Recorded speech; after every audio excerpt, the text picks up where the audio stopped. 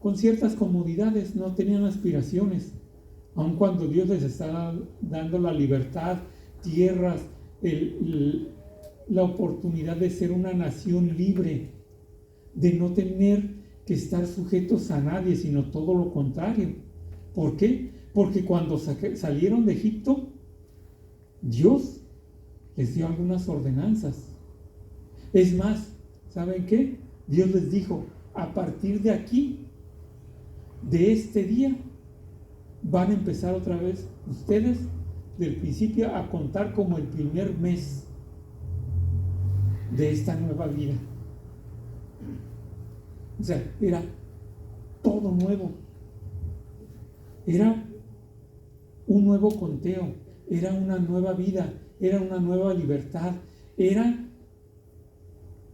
seguir nuevas reglas, aceptar esos mandamientos, pero aún así no pudieron con ese pacto que Jehová había dado y que ellos habían aceptado. Pero ¿sabe una cosa? En todo esto, yo lo que veo es que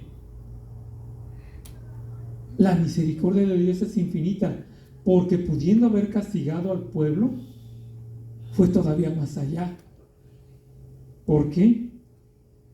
En Jeremías 31, versículos 31 al 34, nos dice lo siguiente: He aquí que vienen días, dice Jehová, en los cuales haré un nuevo pacto para con la casa de Israel y con la casa de Judá, no como el pacto que hice con sus padres el día en que tomé su mano para sacarlos de la tierra de Egipto, porque ellos invalidaron mi pacto, aunque fui yo un marido para ellos, dice Jehová.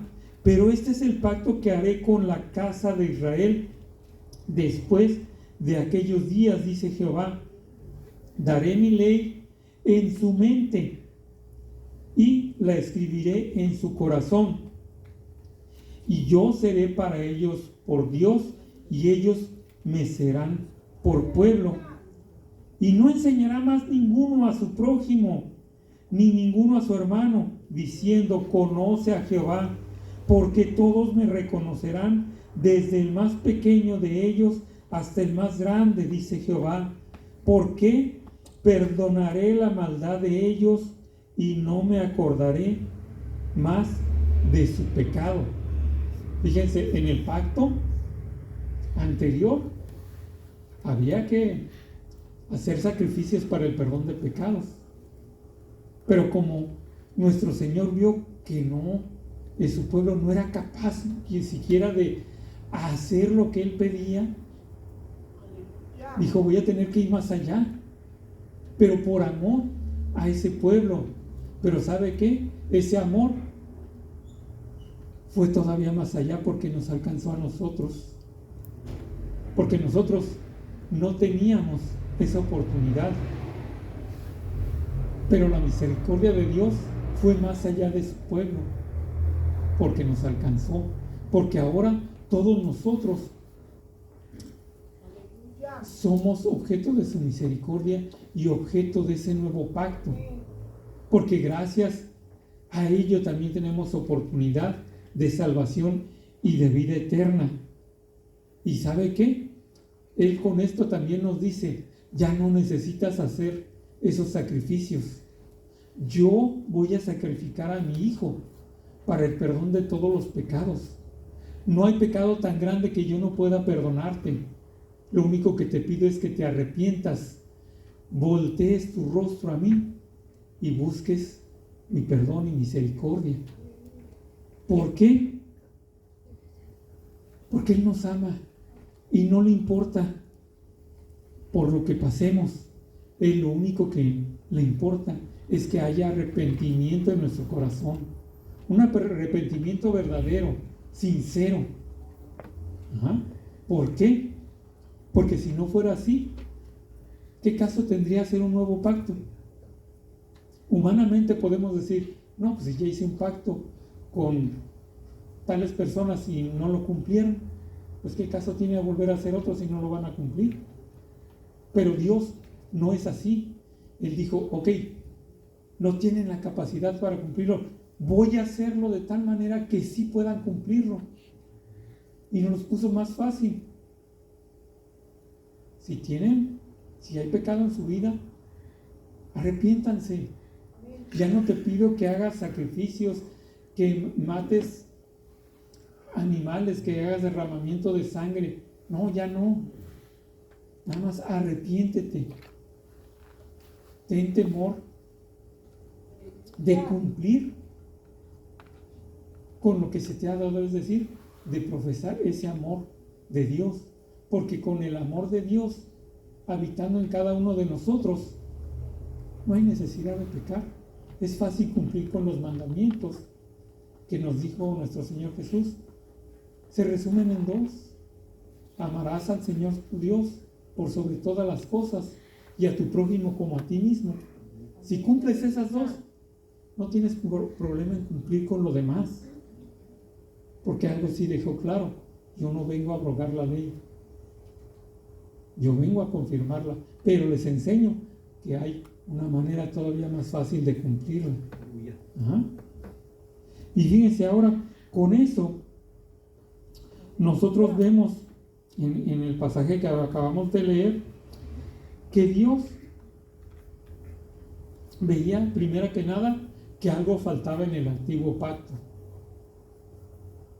Y era cierto, porque si ya no estaba cumpliendo, pues entonces, ¿qué sucedió? Si sabemos que Dios es perfecto, es sabio, entonces, ¿qué fue lo que falló ahí? No falló Dios, falló el hombre. Pero aún así, nos dice, aun cuando faltó esto, Él advirtió. Dice, vienen días, cuidado, hay que estar preparados. Y en esto dice que renovó el pacto después de haber encontrado que la ley no se estaba cumpliendo. Entonces esa renovación del pacto fue bueno, fue un beneficio para nosotros. ¿Por qué? Porque no solo aseguraba que el pueblo de Israel, el pueblo de Judá, siguiera siendo el pueblo de Dios, aun cuando no lo merecían.